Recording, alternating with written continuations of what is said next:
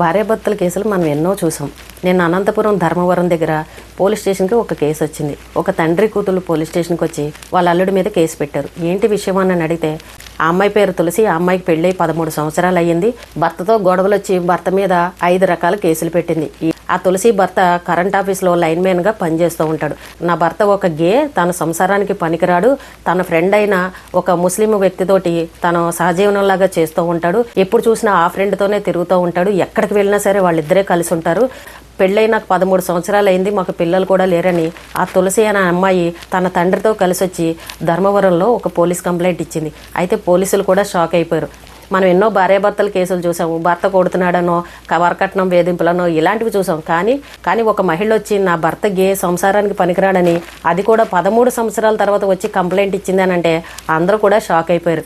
అయితే మరి ఆ అమ్మాయిని అడిగారు పోలీసులు, ఏంటి మరి 13 సంవత్సరాల నుండి మరి నువ్వు అతనితో ఎలా కలిసి ఉన్నావు, పెళ్ళైనప్పుడే వచ్చి చెప్పాలి కదా, ఇన్ని రోజులు ఏం చేసావని నన్ను అడుగుతుంటే ఆ అమ్మాయి చెప్పిన మాట ఏంటంటే, నాకు ఒక చెల్లెలు ఉంది, నేను కనుక భర్తను వదిలేసి పుట్టింటికి వచ్చానంటే నా చెల్లెలకి పెళ్ళవదు, అలాగే ఇన్ని రోజులు నేను అత్తగారింట్లో ఉన్నాను, ఇంకా నా వల్ల కావట్లేదు, నేను భరించలేకపోతున్నాను, అందుకే నేను నా పుట్టింటికి వచ్చేసానని ఆ అమ్మాయి చెప్తుంది. ఇంకా మా అమ్మగారి విషయానికి వస్తే ఆ పెద్ద ఆయన చెప్తున్న మాట ఏంటంటే, పెళ్ళైన 6 నెలలకే మా అమ్మాయి మాతో చెప్పింది, నా భర్త నాతోటి కలిసి ఉండట్లేదు, సంసారం చేయట్లేదు, వెళ్ళి వాళ్ళ అమ్మ దగ్గర పడుకుంటున్నాడని ఇలాంటి విషయాలు చెప్పింది. మేము ఆ రోజే మాట్లాడదామని అనుకున్నాము, వెనకాల ఇంకొక పాప ఉంది కదా, సరే ఇవన్నీ నిజమో కాదో తెలీదు, పైగా లోపల జరుగుతున్న విషయాలు కదా అని మేము కూడా అంతగా పట్టించుకోకుండా వదిలేసామని ఆ పెద్ద ఆయన కూడా చెప్తున్నారు. చూడండి ఎంత విచిత్రమైన కేసులు పోలీస్ స్టేషన్కి వస్తున్నాయో. అయితే ఆ అమ్మాయి ఫోటోలు చూపిస్తుంది. నా భర్త చూడండి ఒంటి నిండా ఇలా నగలు వేసుకుని చీరలు కట్టుకుని ఉంటాడు, అదొక టైప్ లాగా ఉంటాడని చెప్పి ఏదో ఒక ఫోటో తీసుకొచ్చి పోలీసులకు చూపించింది. ఆ మీడియా వాళ్ళు ఆ భర్తకు ఫోన్ చేసి అడిగితే అంతా ఫేక్ అండి, ఆ అమ్మాయి నన్ను నువ్వు మహారాణిలాగా తయారవ్వని అంటే ఒక రోజు నేను నగలు వేసుకుని చీర కట్టుకున్నాను, అప్పుడు సరదాగా తీసిన ఫోటో అది, ఆ ఫోటో తీసుకొచ్చి ఇప్పుడు ఆ అమ్మాయి ఈ రకంగా చూపెడుతుంది, నా మీద అన్ని అబద్ధాలు చెప్తుందని అతను చెప్తున్నాడు. సరే అండి, నేను సంసారానికి పనికిరాను అని అనుకుంటే ఎక్కడైనా డాక్టర్ సర్టిఫికేట్ ఉందా, మాకు పిల్లలు పుట్టలేదు కరెక్టే, మేము హాస్పిటల్కి వెళ్ళి ట్రీట్మెంట్ కూడా తీసుకుంటున్నాము, కానీ ఈ అమ్మాయి నా మీద ఈ రకంగా ప్రచారం చేస్తుంది, ఇప్పుడు నా దగ్గర 50 లక్షలు కావాలని నా మీద 5 రకాల కేసులు పెట్టింది, నిజంగా అమ్మాయికి నాతో ఉండడం ఇష్టం లేదు అని అంటే విడాకులు తీసుకుని వెళ్ళిపోవాలి, కానీ నా మీద 5 కేసులు ఎందుకు పెట్టింది, 50 లక్షలు ఇవ్వమని కోర్టులో ఎందుకు కేసులు వేసిందని ఆ భర్త దశరథి చెప్తున్నాడు. ఆ అబ్బాయి సంసారానికి పనికిరాడు అని అన్నప్పుడు 13 సంవత్సరాల అమ్మాయి ఏ రకంగా కలిసింది, మరి అది కూడా పాయింటే కదా. ఈ అమ్మాయిని అడుగుతుంటే ఏదో పరువు పోతుందన్న ఉద్దేశంతో నేను కలుసున్నానని ఈ అమ్మాయి చెప్తుంది. ఆ అబ్బాయి చెప్పే మాట ఏంటంటే, నాది ఒక గవర్నమెంట్ ఉద్యోగం, నా మీద ఇన్ని కేసులు పెట్టింది, పైగా నా దగ్గర నుంచి డబ్బులు లాగాలని చూస్తోందని చెప్పి భర్త చెప్తున్నారు. నేను కోర్టులోనే మాట్లాడతానని అతను చెప్తున్నాడు. ఈ అమ్మాయిని అడిగితే ఏం చెప్తుందంటే, అమ్మ నీ దగ్గర ఏమన్నా ప్రూఫ్స్ ఉన్నాయా, నీ భర్త ఇలాంటి వాడని ఎలా చెప్తున్నావు అని అడిగితే, అతని ప్రవర్తన చూస్తే అలాగే ఉందండి, తన ఫ్రెండ్తోనే ఎక్కువగా తిరుగుతూ ఉంటాడు, నేను ఇంట్లో లేని సమయంలో తన ఫ్రెండ్ని రప్పించుకుని చీరలు కట్టుకుని ఆ అబ్బాయితో కలిసి సంసారం చేయడం ఇలాంటివన్నీ నేను చూశానని ఈ అమ్మాయి చెప్తుంది. అసలు ఎవరు చెప్పేది నిజమో కూడా అర్థం కాని పరిస్థితి ఉంది. ఇప్పుడు అతను గవర్నమెంట్ జాబ్లో ఉండడం వల్ల ఆ అమ్మాయి డబ్బుల కోసమే ఇదంతా చేస్తుందని అతను చెప్తున్నాడు. మరి ఈ అమ్మాయి 13 సంవత్సరాల పాటు ఆ అబ్బాయి సంసారానికి పనికిరాడని అన్నప్పుడు ఇన్ని రోజులు ఎందుకు ఉందనేది కూడా అర్థం కాని ప్రశ్న. అయితే పోలీసులు కంప్లైంట్ తీసుకున్నారు, దీని గురించి మేము విచారణ చేస్తామని పోలీసులు చెప్తున్నారు.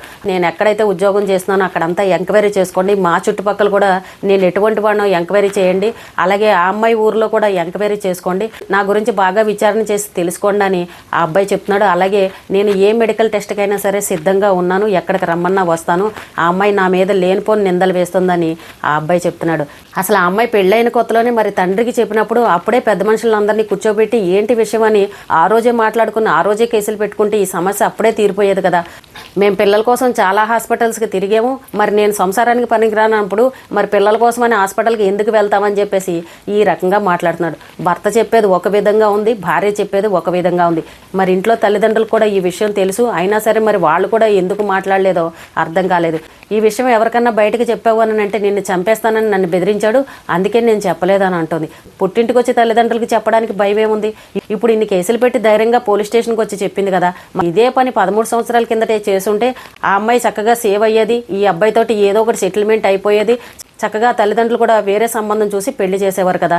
13 సంవత్సరాలు కాలయాపన చేసి ఇప్పుడు వచ్చి ఆ అబ్బాయి సంసారానికి పనికిరాడని ఈ అమ్మాయి చెప్తుంటే నాకు చాలా విచిత్రంగా అనిపించింది. పోలీసులు అయితే దీని గురించి ఎంక్వైరీ చేస్తామని చెప్తున్నారు. ఆ అమ్మాయి చెప్పేది ఏంటంటే ఎక్కువగా ఫ్రెండ్ అని పూసుకుంటాడు, ఎక్కడికి వెళ్ళినా ఆ ఫ్రెండ్తోనే వెళ్తాడు, వీళ్ళిద్దరు బిహేవియర్ వేరే రకంగా ఉంది, మేము ఎవరూ లేని సమయంలో రూములో కూడా వీళ్ళిద్దరూ భార్య భర్తల్లాగా కలిసి ఉంటారని చెప్పి ఆ అమ్మాయి ఇలాంటి విషయాలు చెప్తోంది. మా ఇంట్లో మా కుటుంబ సభ్యుల మీద కూడా అమ్మాయి కేసులు పెట్టింది, అత్తాకోళ్ల మధ్యన కూడా గొడవలు జరిగాయి, నాకు డబ్బేం వద్దు, నాకు విడాకులే కావాలని పోలీస్ స్టేషన్కి వచ్చి చెప్తుంది. అమ్మాయి అంత విడాకులు తీసుకోవాలని అన్నప్పుడు ఈ కేసులన్నీ పెట్టడం ఎందుకు, డైరెక్ట్ విడాకులు అడిగితే అయిపోతుంది కదా.